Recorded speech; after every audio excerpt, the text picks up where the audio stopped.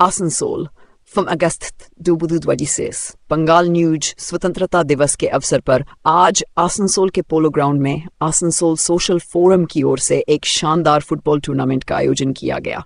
Tournament में लड़कों की 4 और लड़कियों की 4 टीमों ने हिस्सा लिया। लड़कों की टीमों में प्रेस एवं मीडिया, शिक्षकों तथा होटल व्यवसाय से जुड़े लोगों की टीमें शामिल रहीं, जबकि लड़कियों की टीमों में मुख्य रूप से छात्राओं की टीमों ने मैदान पर खिलाड़ियों का उत्साह और जोश देखते ही बन रहा था।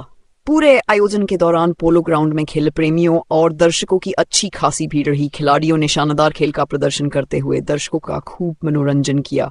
आयोजन स्थल पर खेल के साथ आपसी भाईचारे और टीम भावना का भी संदेश देखने को मिला। कार्यक्रम के दौरान ध्वजारोहण, फ्लैग पोस्टिंग भी किया गया। वहीं पुरस्कार वितरण समारोह के अवसर पर आसनसोल उत्तर विधानसभा क्षेत्र के विधायक श्री कृष्णेंदु मुखर्जी उपस्थित रहे। उन्होंने खिलाड़ियों का उत्साह बढ़ाया और विजेता एवं प्रतिभागी शुभकामनाएं दी। आसनसोल सोशल फोरम की ओर से आयोजित इस टूर्नामेंट ने स्वतंत्रता दिवस के मौके पर खेल, युवा उत्साह और सामाजिक एकता का एक खूबसूरत संदेश दिया। प्रथम बछर आमरा ओई एनसीसीर माठे आगे आमादेर प्रोग्रामटा हतो।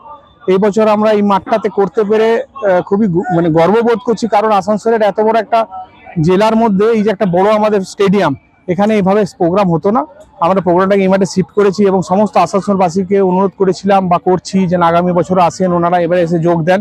এবারে এখানে 4টি মেয়েদের টিম আর 4টি ছেলেদের সিনিয়র টিম, একটা প্রেসের টিম, একটা হোটেল অ্যাসোসিয়েশনের টিম, একটা মাস্টার টিচার্সদের টিম, এরকম 4টে টিম নিয়ে একটা খেলা হয়েছিল আর 4টে মেয়েদের টিম নিয়ে একটা টুর্নামেন্ট হয়েছিল।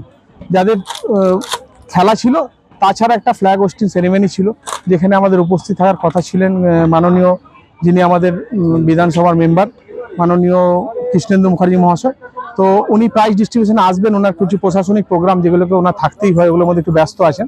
2 থেকে 3টের মধ্যে আসার কথা দিয়েছেন এবং ওই প্রোগ্রামে উনি প্রাইজ ডিস্ট্রিবিউশন করবে।